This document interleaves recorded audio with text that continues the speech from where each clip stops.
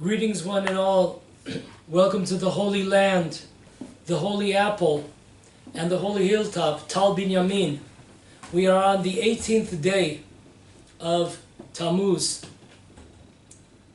5781. I hope everyone yesterday had a meaningful fast and expecting, with God's help, expecting the redemption any second. And let us say Amen. Okay. Today,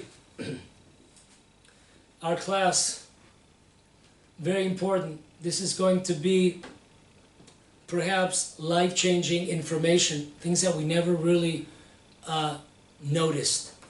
So put on those seat belts, share this, get it out, get the word out. All of us are, I like the Chabad attitude. Everyone is considered to be a shaliach, a messenger. Doesn't matter, everyone with all their, whatever talents that God gave them, they could further purify the world and bring us forward. So every one of us can do our part. We know a couple of people, let's get the message out. Today's class, the Great Reset, New World Order, N.W.O for short.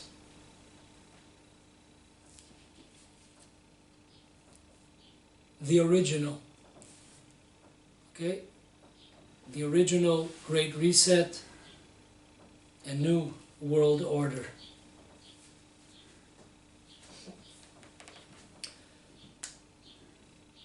We're going to learn a lot of important concepts and foundations here. So get those pens ready. Let's go. God created the world 5,781 years ago. The original plan of God was to create Adam and Eve. He gave them one commandment, not to partake, not to eat from the tree of knowledge, good and bad. And if they would have kept their one commandment, then this would be, it would be finito la commedia. The redemption would have been here. We would have all been in the land of paradise. Unfortunately, that's not the way it played out. And though they were given only one commandment, they messed up. The instigator of this fall was, of course, the snake. The snake was, in Hebrew we call him the Samech Mem, which is the impure opposite side of impurity. The Zohar tells us in Genesis 28, side B, an amazing line. The snake is more dangerous than all the nations of the world combined. That's pretty heavy. The snake contaminated Chava by causing her to sin.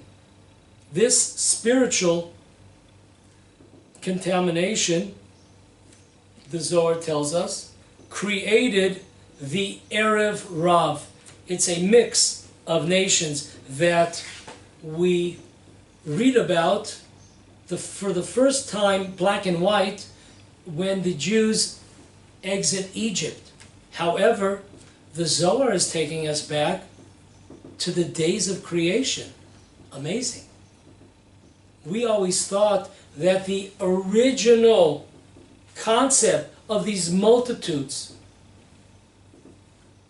of nations began at the time of the Exodus of Egypt, when there were many members of Gentile nations that wanted to convert when they saw all the tremendous miracles, the 10 plagues that were occurring in Egypt. They too wanted to become Jewish. Moses accepted them without contacting, without referring and discussing it first with God.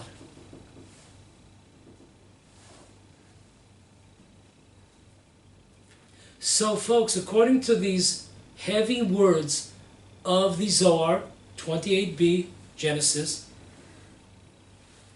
the Erev Rav, the origin, the source of the Erev Rav, is not after Egypt. The source is the contamination because of the fact that Eve agreed and was seduced by the snake. This was spiritual contamination. Just like, God forbid, every time we do a commandment, then we have spiritual purification.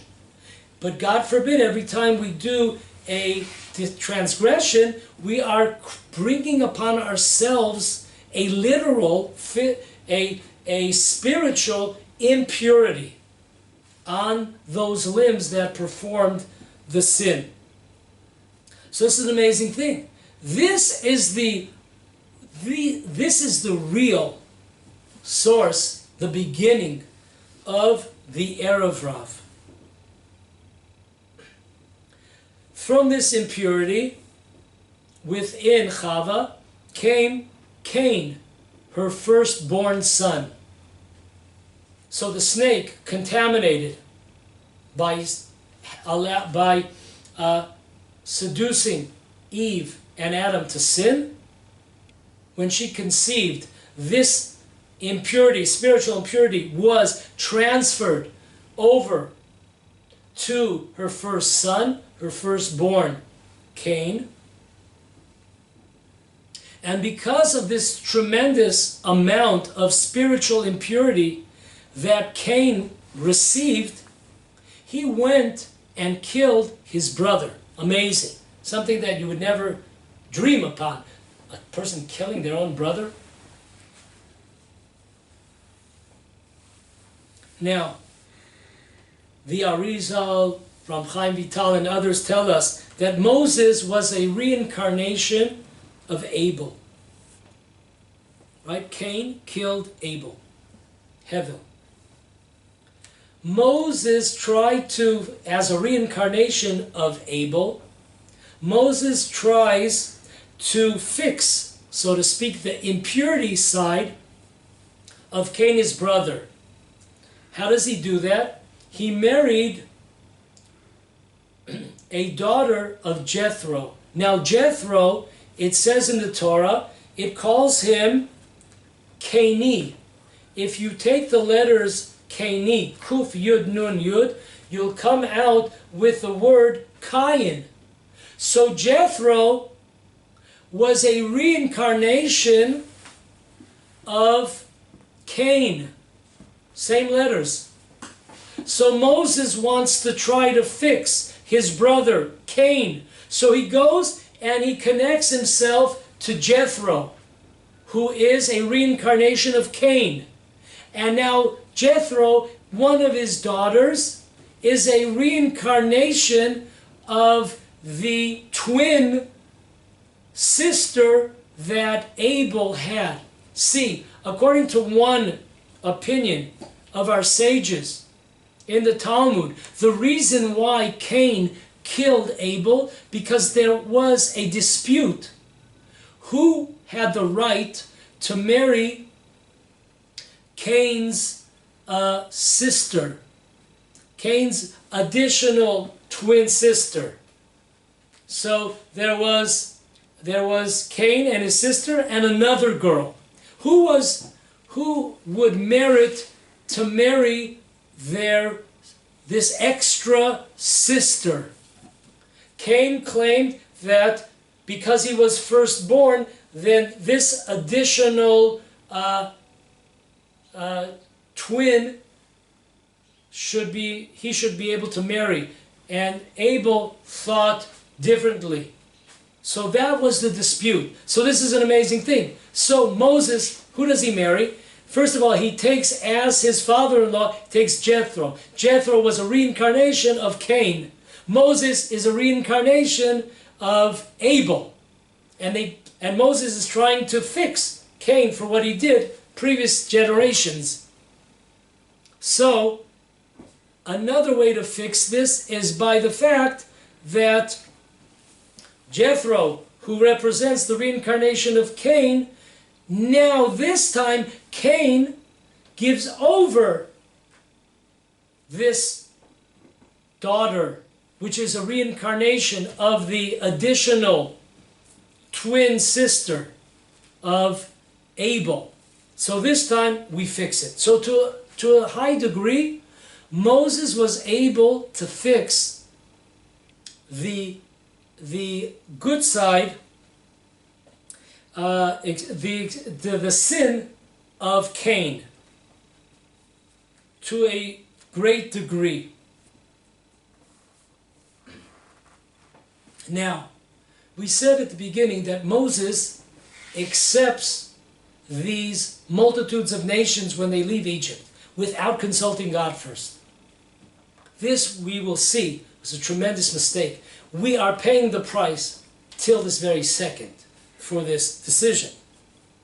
So, why did Moses, of all people, why did he want to accept the multitudes?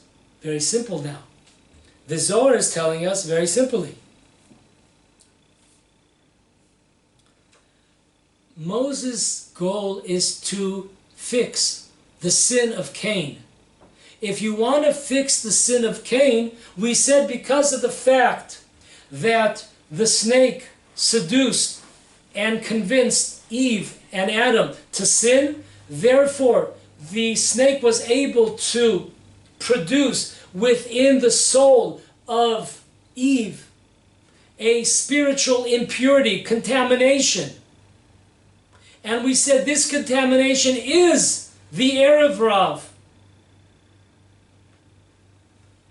So therefore, now we understand Moses, who is a reincarnation of Abel, he's trying to fix his brother Cain, who killed him in the first round. And Moses has already taken 2 steps, positive steps. Number 1, he connects himself to Jethro. Jethro, as we said in his name, in the Torah, he's called the Caini, which is Cain. So he is fixing the sin of Cain by the fact that he's connecting himself now in a positive manner to Jethro, who is a reincarnation of Cain. And he also marries Jethro's daughter, Tzipporah, who is a reincarnation of Abel's twin sister. So his last step to end in his vision, in order to end this sin and fix it totally, Moses goes out, and who does he bring closer? Who does he accept into the Jewish fold? Amazingly, the Erev Rav. How was the Erev Rav created? We said the Erev Rav was created through the sin, the first sin of Adam and Eve. She was spiritually contamination. That spiritual contamination was present in Cain. It was transferred from Eve, the mother, to the son Cain, the firstborn. Abel, not so much. So now, this is an opportunity. Who are the Erev Rav? The Erev Rav are the impurities of the snake. They are the impurities of Cain. And now is the time Moses feels to fix the last piece of puzzle of Cain and his contamination.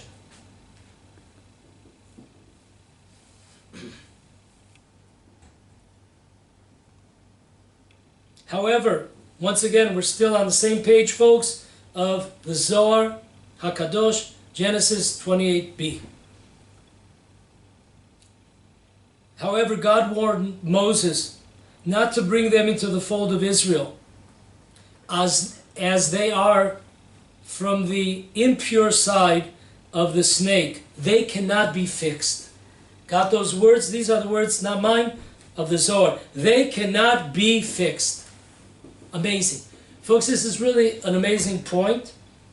We know that our sages tell us in Bereshit Rabbah, chapter 20, paragraph 5, in the end of days all will be fixed, except for the snake. There is no repair to the spiritual impurity of the snake.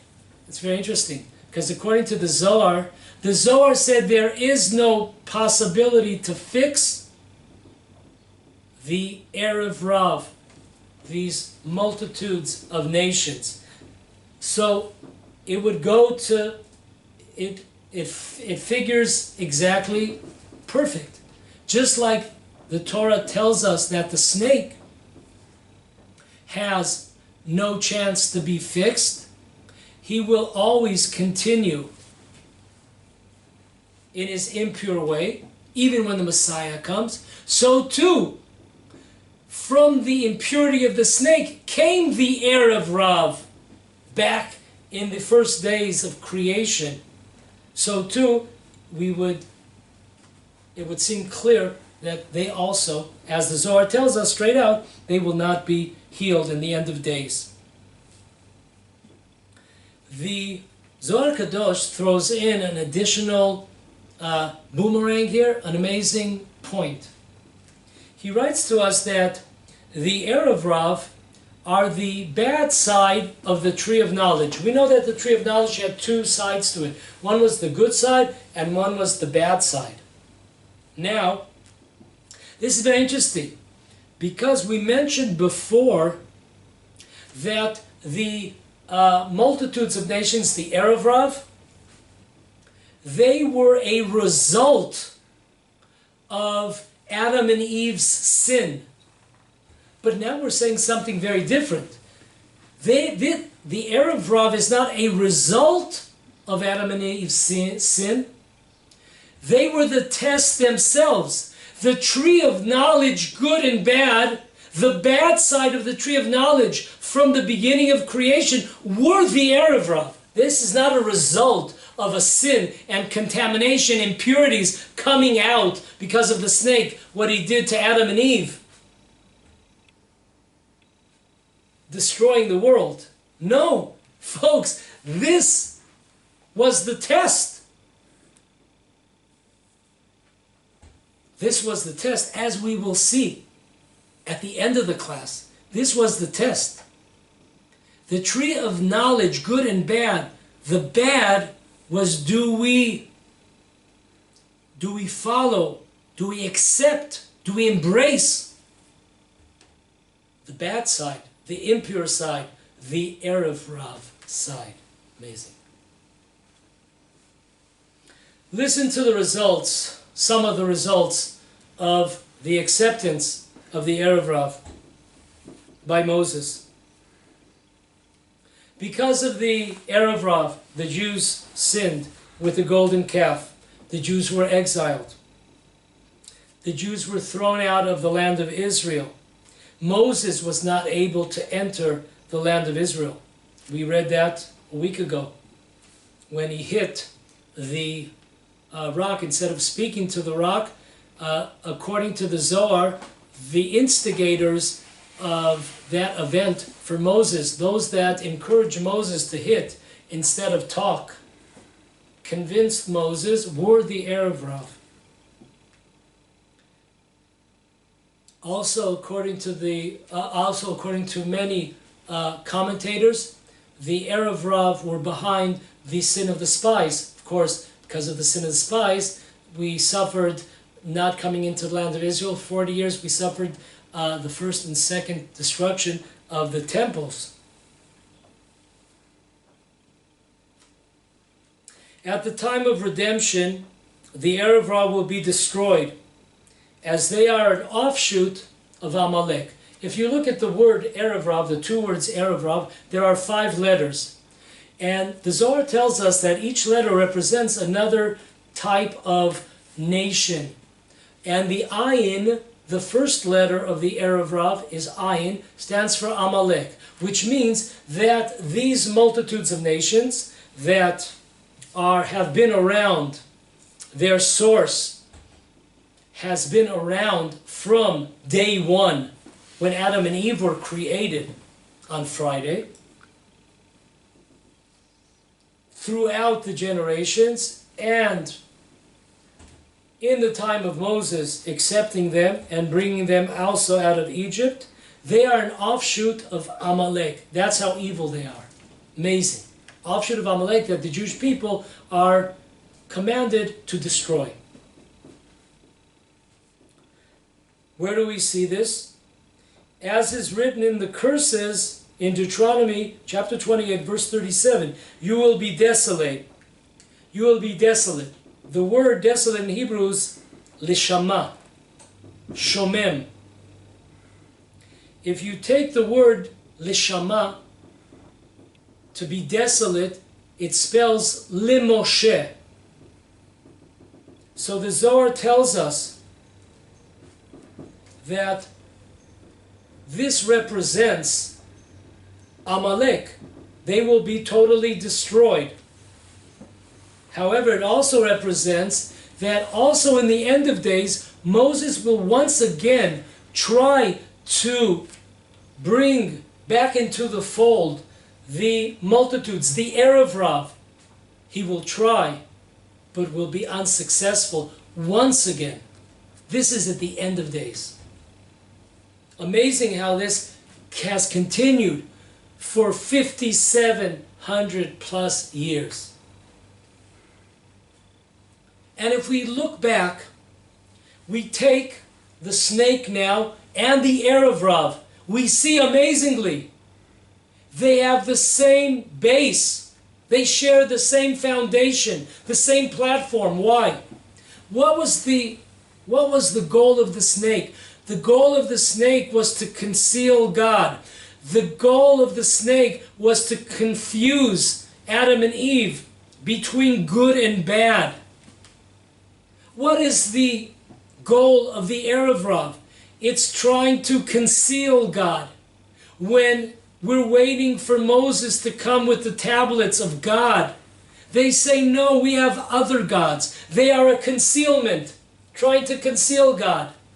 Not only that, Erev Rav is a mixture. It's trying to mix good with bad, trying to water down the differences between good and bad. That is exactly the snake. Folks, this is amazing. If you're still sitting in your seat, I don't know what's going on. Better check your heartbeat or your pulse rate. Amazing stuff. This is the Erev Rav are the original sin. They are the original snake.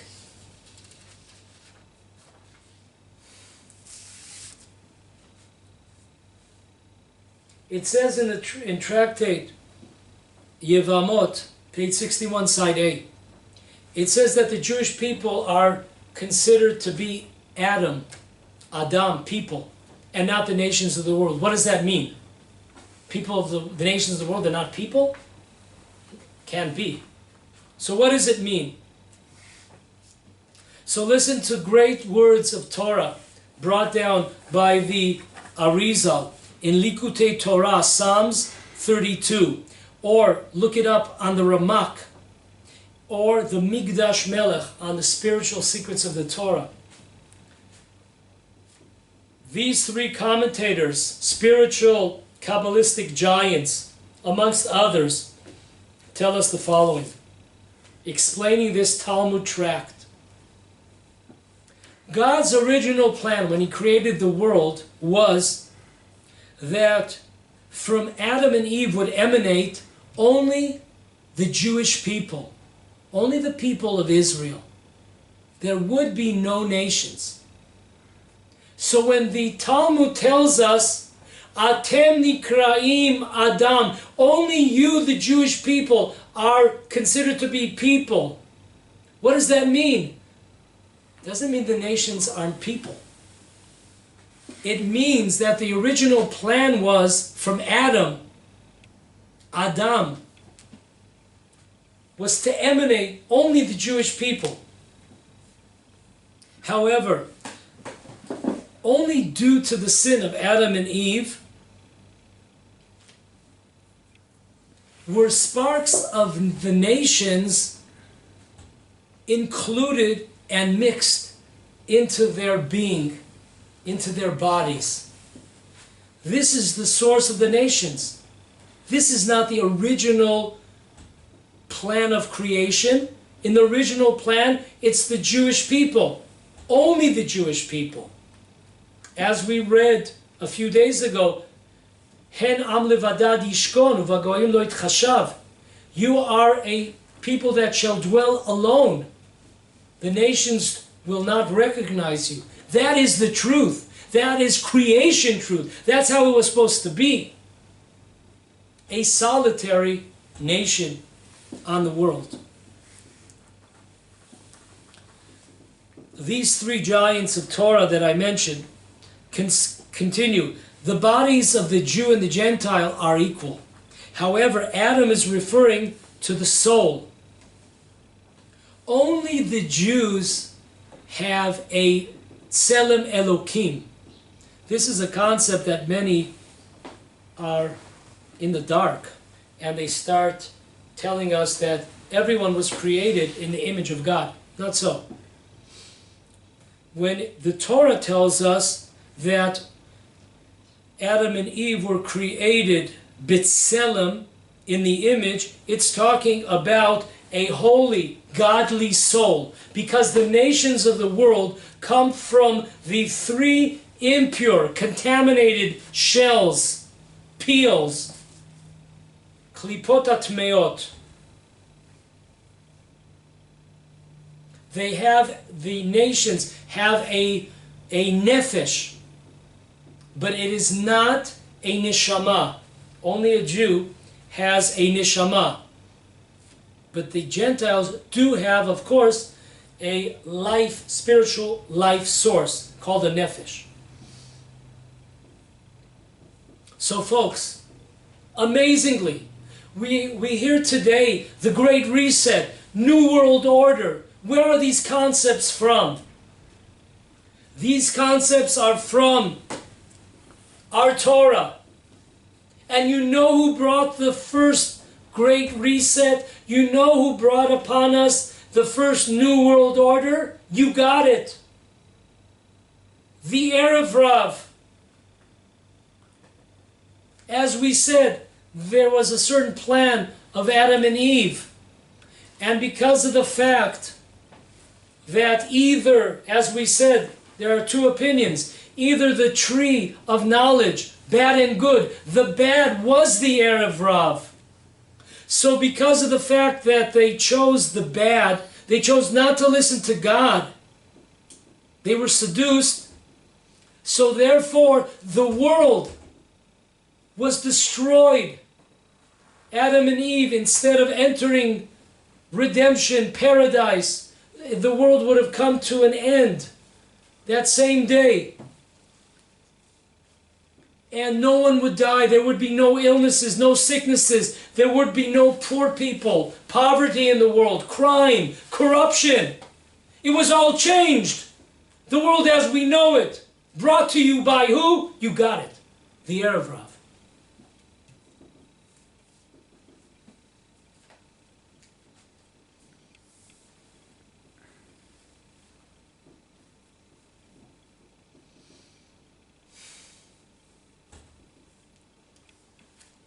Not only did they destroy the world as we know it, a new world order, a great reset came into being. According to our secrets of the Torah, in every generation, when you look in the Torah, if we're talking about generation of Enosh, if we're talking about the flood generation, if we're talking about the separation, or what's more known as the Tower of Babel, when we're talking about Sodom and Gomorrah, these are all ruled, these communities, this world as it came into being, these new worlds, this great reset every time before the world was destroyed again, this was brought to you by the Erev Rav. They were the leaders of these communities, or of the world as we knew it then. All those generations that I mentioned. Amazing. So folks, it is really pretty amazing that as we stand towards the end of days, we continue to hear about a new world order, about the Great Reset. This is not a conspiracy theory. This is fact. This is Torah knowledge. This is Torah principle. It's happened over and over and over again. The New World Order, led by the Erev Rav. The Great Reset, led by the Erev Rav. Fast forward to Egypt. Israel, through suffering, those years that, the 210 years that the Jewish people sojourned in Egypt, the slavery, the beatings that the Jewish people took. This all, as we know, when a person suffers, this is an atonement to our sins. So through this tremendous suffering of the Jewish people and a few good deeds that they had to their name, actually it's a pun, the fact that they didn't change their names, you know. They had almost fixed the sin of Adam and Eve. They had almost fixed the sin of the Erev Rav. Almost, but no cigar. The fat lady still needs to sing. So, 50 days later, we're receiving the Torah. It tells us that at this time of Mount Sinai, when the Jewish people received the Torah, we had almost totally gone back to the days, the pre-sinning days of Adam and Eve, or day of Adam and Eve. Yeah, it was one day. Hard to believe. But the world had returned. Those that were blind saw. Those that were ill were cured. There was no poverty. The world, the population of the world was supposed to live forever. No more death, no more illnesses, no more corruption. We had almost finished. We were almost at the finish line. And then who comes one more time? Cannot believe this. Who comes? Just like in the time of Adam and Eve, who comes? The snakes, the Erev Rav. We said the similarity of both of them. And they convince some of the Jewish people to partake in the building of the golden calf. And the Talmud tells us in the tractate of Shabbat, Sabbath, 146, page 146, side A, the redemption was so close. Paradise was so close. Until the Erev Rav stepped in. And once again, causing a new reset. After Adam and Eve, after the generation of Enosh, second, after the generation of the flood, 3, after the generation of separation, where the nations were separated from one another, after the destruction of Sodom and Gomorrah, now came another reset, a new world order.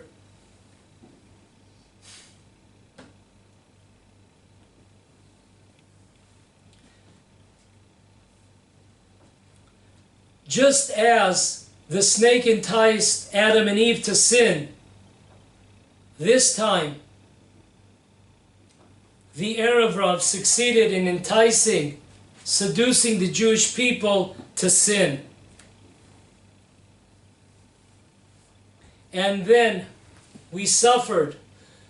From that time, we suffered not only the sin of the golden calf, but from that foundation, from that source called the sin of the golden calf, came 5 tragedies on the 17th day of Tammuz, came 5 tragedies on the 9th day of Av. All the destructions of the temple, first and second, all our exile, the annihilation of the Jewish people, 2,000 years of what we've been experiencing since the destruction of the Second Temple, all of it is from being seduced and convinced, manipulated by the Erev Rav. That's heavy.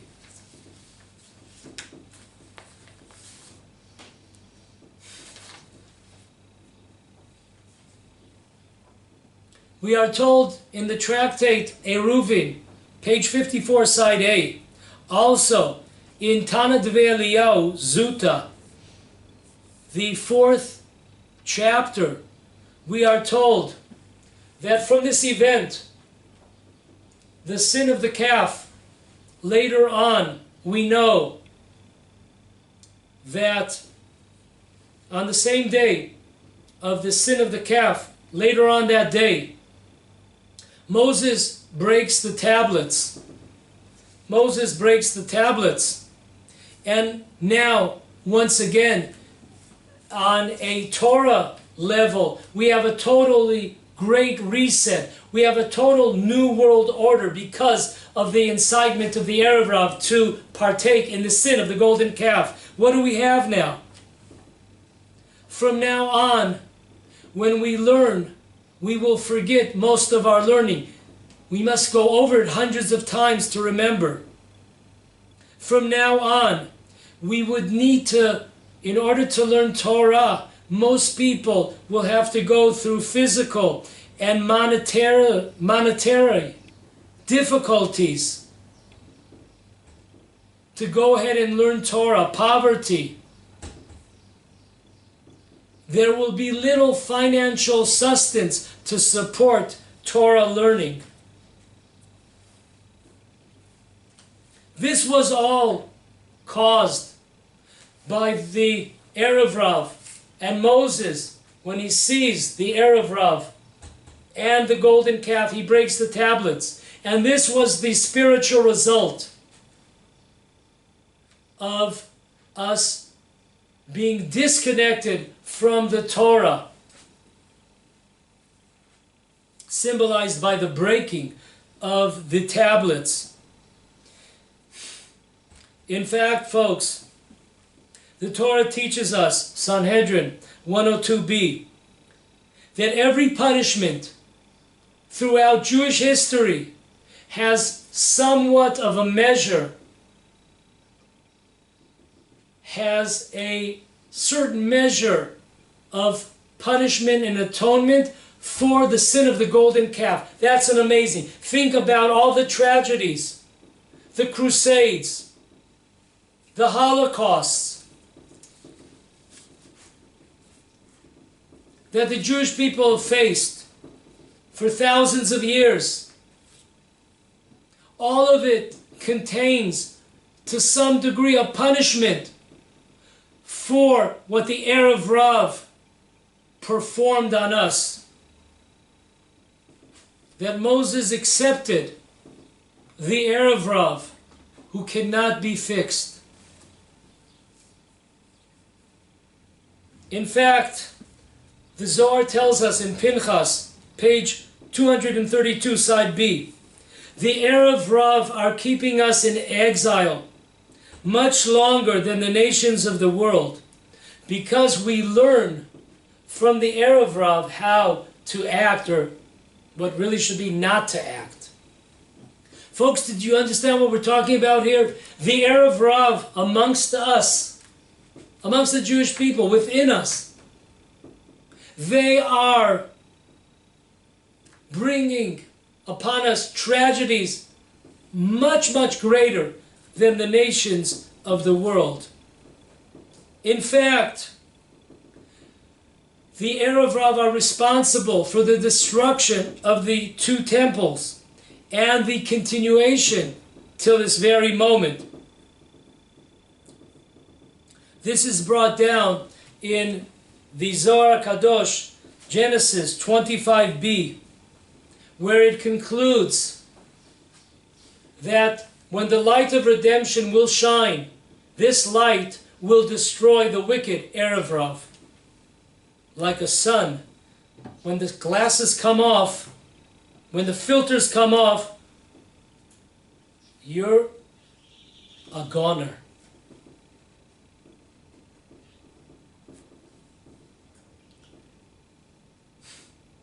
The Shem Mishmuel, on the portion of the week Truma, page 106, tells us an amazing fact. Before the coming of the Messiah, our times, our days, all the troubles will be from the Erev Rav.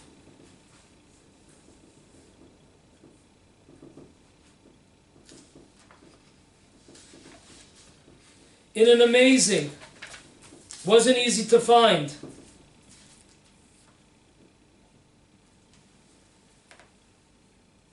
but in Sefer Likutim, by the students of the Arizal.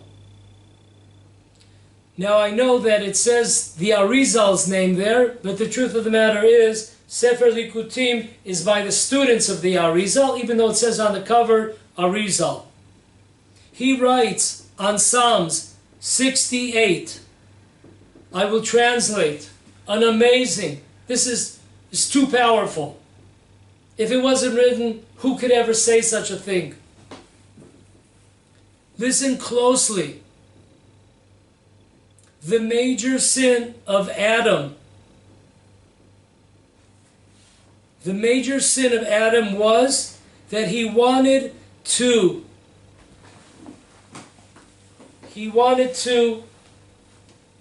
bring close, allow to enter the Erev Rav and the 70 nations. Folks, it's an amazing statement. The sin of Adam and Eve was really, in a spiritual sense, a desire on their part to accept the Erev Rav and the 70 nations. As we said, the original plan of the world was from Adam and Eve would come only the Jewish people. The Jewish people with their soul, godly soul. It was only because of the sin of Adam and Eve that they were contaminated and the nations of the world appeared and the Erev Rav appeared. Folks, I don't know if this is possible to say, but I'm humbly offering this idea. What are the students of the Arizal telling us here? That it was Adam's sin, that he wanted to accept the 70 nations in the Erev Rav. According to my humble opinion, what he's trying to say is the following. We know from many books, Michtav Eliyahu, Rabbi Dessler, for example, Adam is not your average bear. He's not a guy like us. The angels thought he was a god. If you look at some of the pages of Talmud, who Adam and Eve were, I mean, we don't have we can't really fathom the idea. So, when they sinned, of course they had a spiritual reason that they sinned. And Rav Dessler writes, for example, that they on purpose sinned in order to become Balei Tshuva, to become repenters, because it says that the repenters are higher than people born righteous.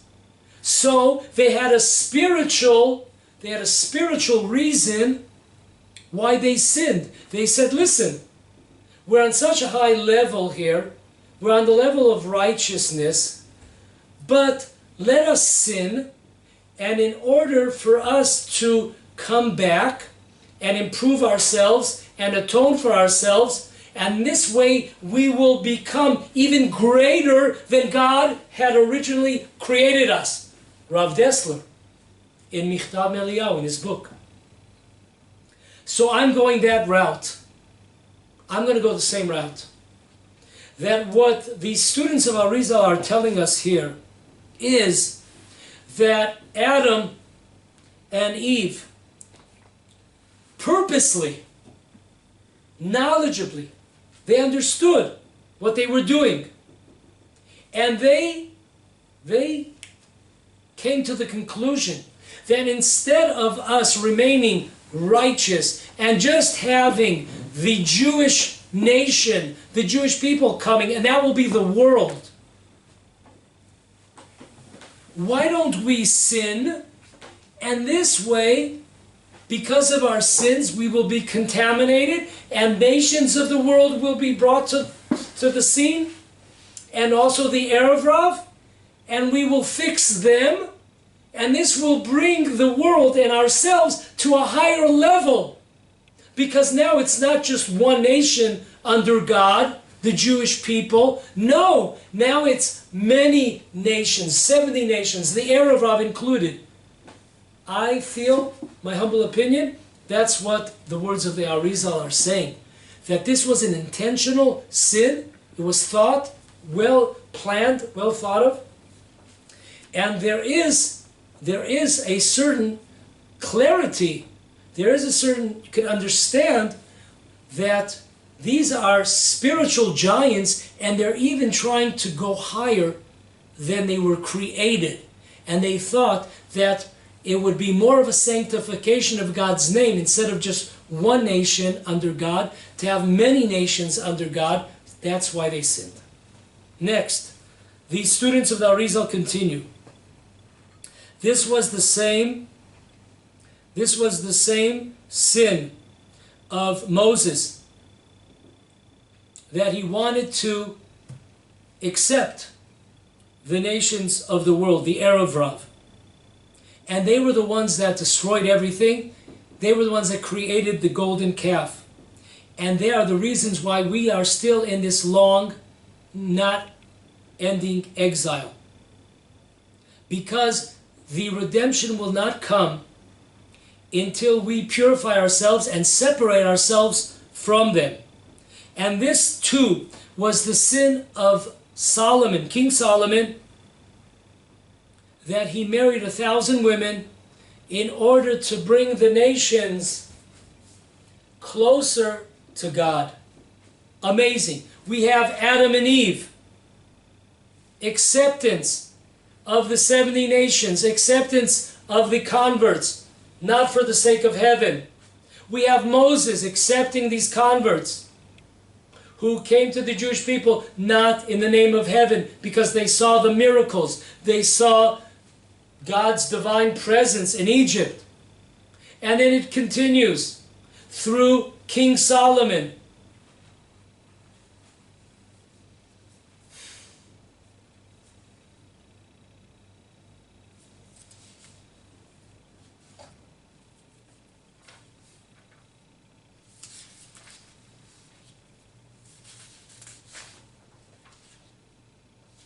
Folks, in the few minutes that we have left,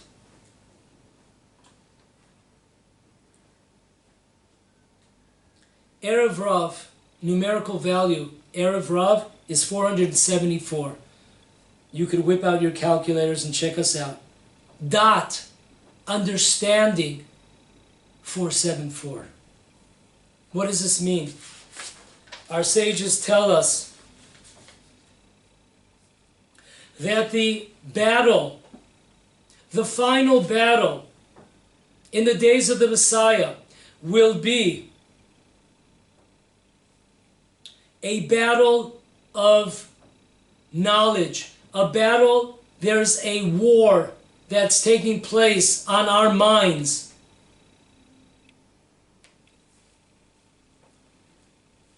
clarity, purity. That is the final battle. The Erev Rav, just like their name, it's mixed up, it's a mixture, trying to confuse us, confuse good and bad. Today's headline in the Drudge Report, you have, I don't know what it is, but you have somebody lifting weights, the first transgender woman lifting weights or won a medal, not sure exactly. That is the headline, folks. Confusing good and bad. Snake, Adam and Eve, the first original sin, the Erev Rav. Sesame Street now has on it 2 gay fathers. And the corruption of the world, we could sit here for days and weeks and just go over the list. There is a war on our minds from the media, from within.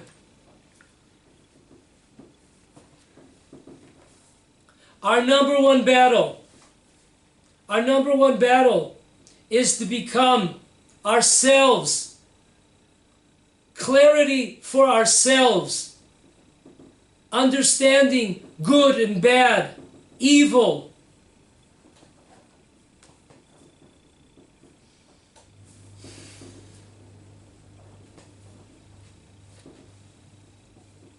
So that's our first battle. Pray to receive clarity, because today this is our world that we live in. Teaching us, calling good bad and bad good, evil righteousness and righteousness evil, and Torah and its laws evil, and this one world religion good. So pray, we must all pray that Hashem will give us this clarity. The Jewish idea will be clear, and we will not fall in this war, a war on our minds. Connect ourselves to real, true, God-fearing leaders, rabbis. I have the merit to be connected when he was alive to Rabbi Meir Kahana, Zecher Tzadik, Kadosh Livracha, Shem Yikom Damo. I have now alive and should be blessed to receive the Messiah today, Rabbi Moshe Tzuriel, who is an expert in the world on Erev Rav.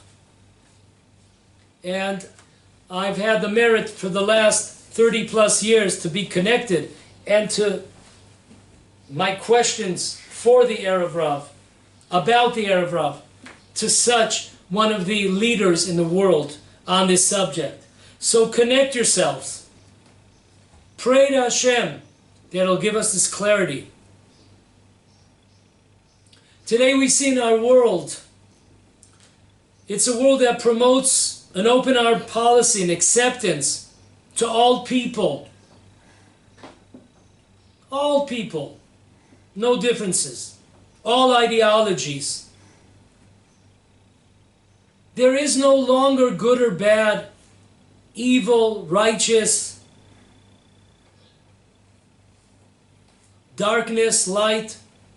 Doesn't matter.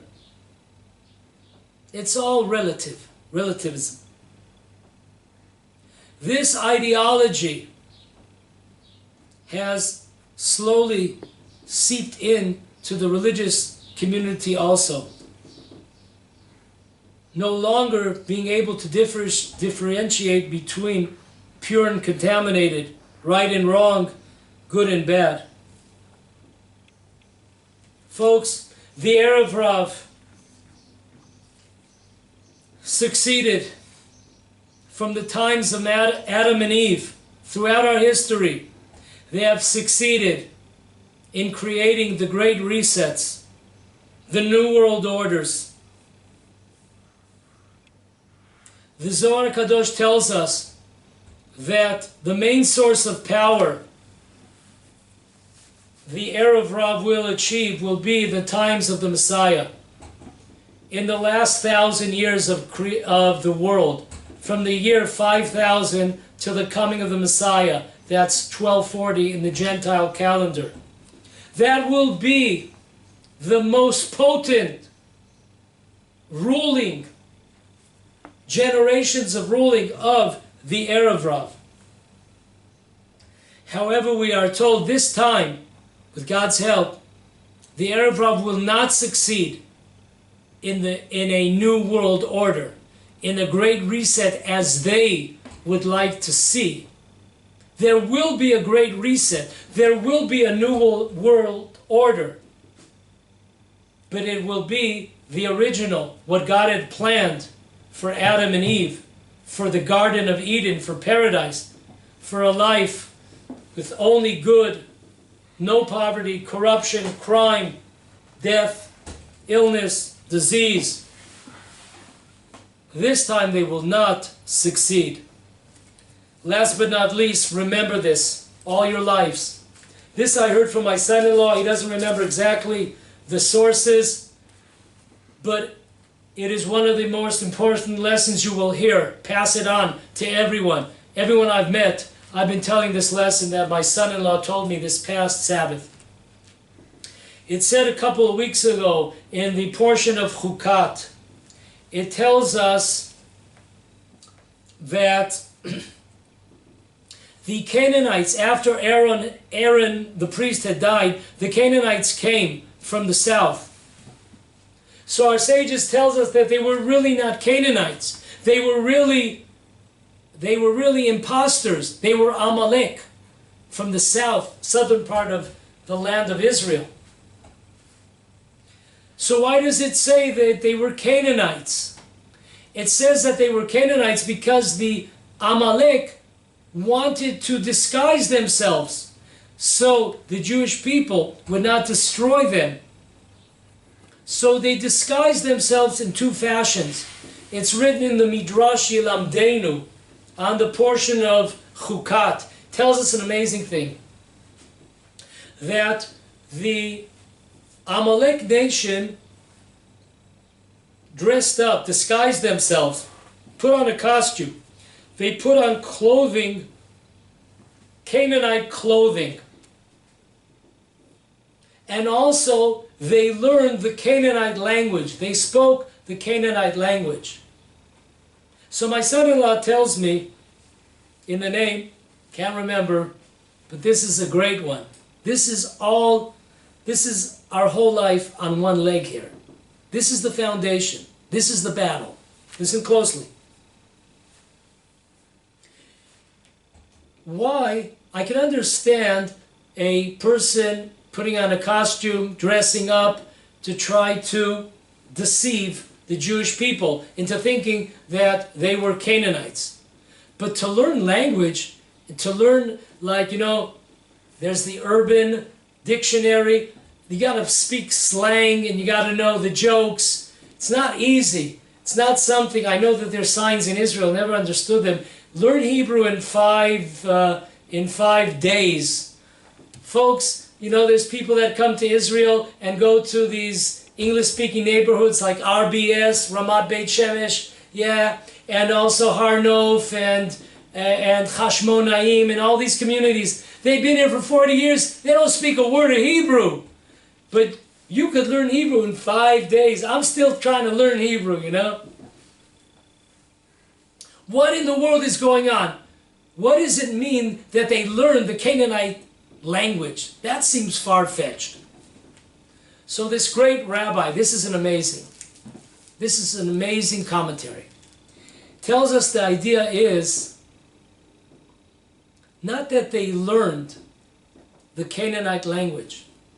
They realized that if they used their Amalek language of destroying the Jewish people, that was their goal, Amalek, to destroy the Jewish people, at that time of history, it would not have been accepted to use that language to try to influence other nations to join in the battle. It would not have worked. So what did they do? Today it's called language laundering. A great phrase. Language laundering is in order to the masses to accept a new type of ideology. It's really an old ideology. We have to launder various terms, because today various terms do not gel, do not sit well with a lot of the masses. So what do? We have to launder the language. So today, for example, it's not popular to say that you're anti-Semite, but it is popular to say you're anti-Zionism. But it's the same idea, it's the same goal, to destroy the Jewish people. But now, in order to make it PC, they have to change the language around. And folks, this is exactly what is happening all over in the media, wherever you want. They could take concepts, ideas and ideologies which no longer would find favor in the eyes of the masses, and they change some of the words and the phrases, but the goal is still the same. Where do we see this first? This really is a original Torah idea. It says by Jacob, it says, your brother Esau wants to kill you. So our sages say, we know Jacob is his brother. And if you say his brother, we know it's Esau. Why does it say Jacob's brother and Esau? So it tells us that, our sages tell us that sometimes in history, Esau comes to the world, says straight out his goal is to destroy the Jewish people. But sometimes it doesn't work. So they have to change the linguel, the language. And now they come to us as brothers, as love, as open arms. Folks, that is exactly what is happening. It's happening with the Christian world. When the Arabs talk to the world media, not in Arabic, when they speak in English, they're giving out a different message. They're laundering their words. It's the same goal. It's the same sea that they want to throw the Jews into and destroy us. And the Christians, when they saw what they came to us with a sword, they saw that that wasn't working today. So now they come with love. Words of love. That is the idea here. Folks, we must connect ourselves with people that understand this language of laundering and do not fall prey. I must state, a tremendous blog on the internet. It's worthwhile for everybody to be connected to it. Tomer Devora, TD. It's a touchdown every time. This is a person who has clarity and able to understand this language laundering that the world is throwing, these statements, these flowers that they're throwing at us, politically correct statements. It's the same goal. It's just being laundered. The language and the tactics are different, but the goals are the same. And so many people are following the Abraham Accords and all these Christian organizations that have a foot in the door with Jewish organizations. Disgusting. Because we've forgotten the lesson of the portion of Chukat. Remember that the Amalekim came and they changed their language. They realized that if they spoke in the same tone of let's go and destroy the Jews, it would not work at that time of history. So they had to launder the language and use and go with a different approach of love, open arms, but it's the same dead end. It's the same spiritual holocaust. Don't be fooled. May we see the redemption and the destruction of the Erev Rav today in our times.